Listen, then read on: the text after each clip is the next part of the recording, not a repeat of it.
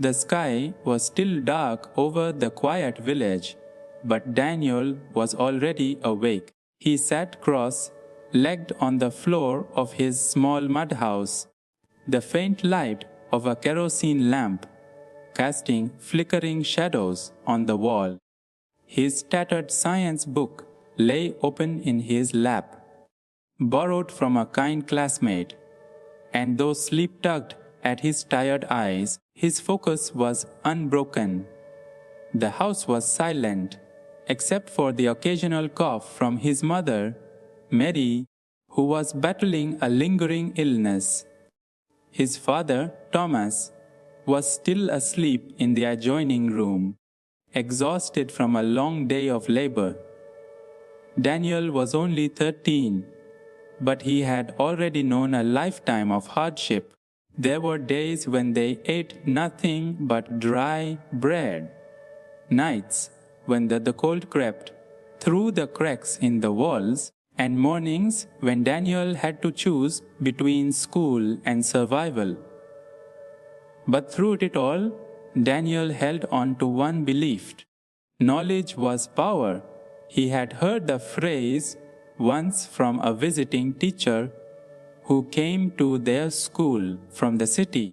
No matter how poor you are, the teacher had said, if you have knowledge, you have power no one can take away. Those words had ignited a fire in Daniel's heart. Each day, after finishing his morning chores, Daniel would walk nearly 3 miles, barefoot, to attend school. He had only one pencil and a torn bag, but he sat in the front row, listening carefully, absorbing every word like it was gold. He was always the first to arrive and the last to leave. His classmates often teased him for his close or quiet nature, but he never responded. He wasn't there to fit in. He was there to learn. But life doesn't always bend to the will of dreams. One afternoon, Daniel returned home to find his mother lying on the bed, weaker than ever. Thomas sat by her side, his face pale. That night, as the candle burned low, Thomas turned to Daniel. Son, I need you to help more. Your mother's getting worse, and I can't do this alone. You may have to stop school for a while. Daniel's heart sank. The words felt like a hammer breaking something deep inside. But he said nothing. He only nodded. The next morning, instead of walking to school, Daniel went to work with his father, hauling bricks, carrying water, and earning barely enough to buy medicine and bread. His books gathered dust, but his dreams didn't die.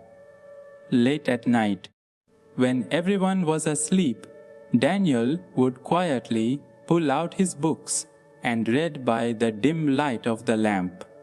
He studied math, science, and grammar, flipping through the pages with worn fingers and eyes full of hope.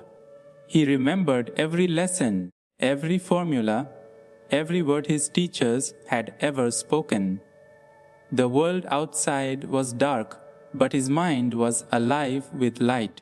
One day, while helping deliver vegetables to a large home in the nearby town, Daniel overheard a young man talking to the homeowner. There's a scholarship test in the city next month. The man said, it's for underprivileged students. Full support, books, tuition, even accommodation. Daniel's ears perked up. As soon as the man stepped outside, Daniel gathered the courage to speak. Sir, could I take that test? The man looked him up and down. It's very competitive, he said kindly.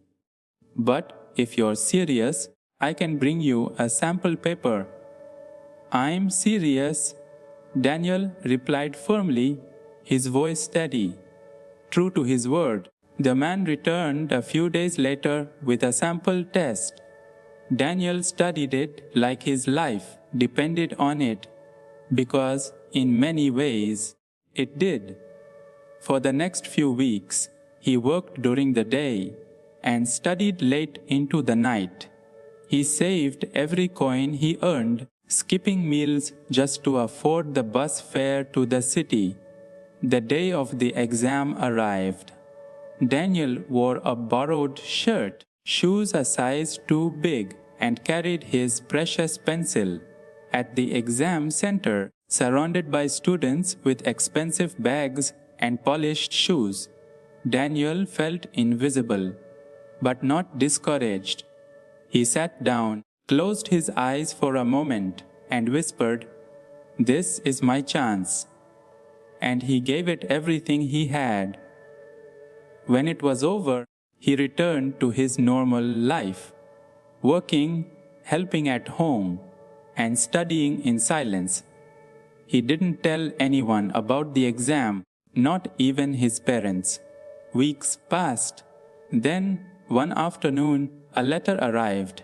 Daniel stared at it with trembling hands. He opened it slowly, his heart pounding. It was from the scholarship board. He had passed. He had been selected. Tears spilled down his cheeks as he ran home.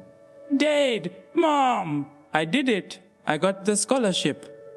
At first, Thomas didn't understand.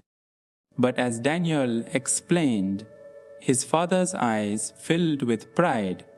"You did it, son," he whispered. "You really did it." The scholarship changed everything.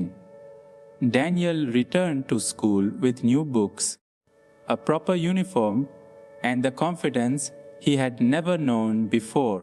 The foundation that sponsored him also provided financial support for his family. Mary received proper treatment, and Thomas could now focus on lighter work. Daniel's journey didn't stop there. He graduated high school. As the top student in the district, his scores earned him admission to a leading university in the city, where he studied engineering.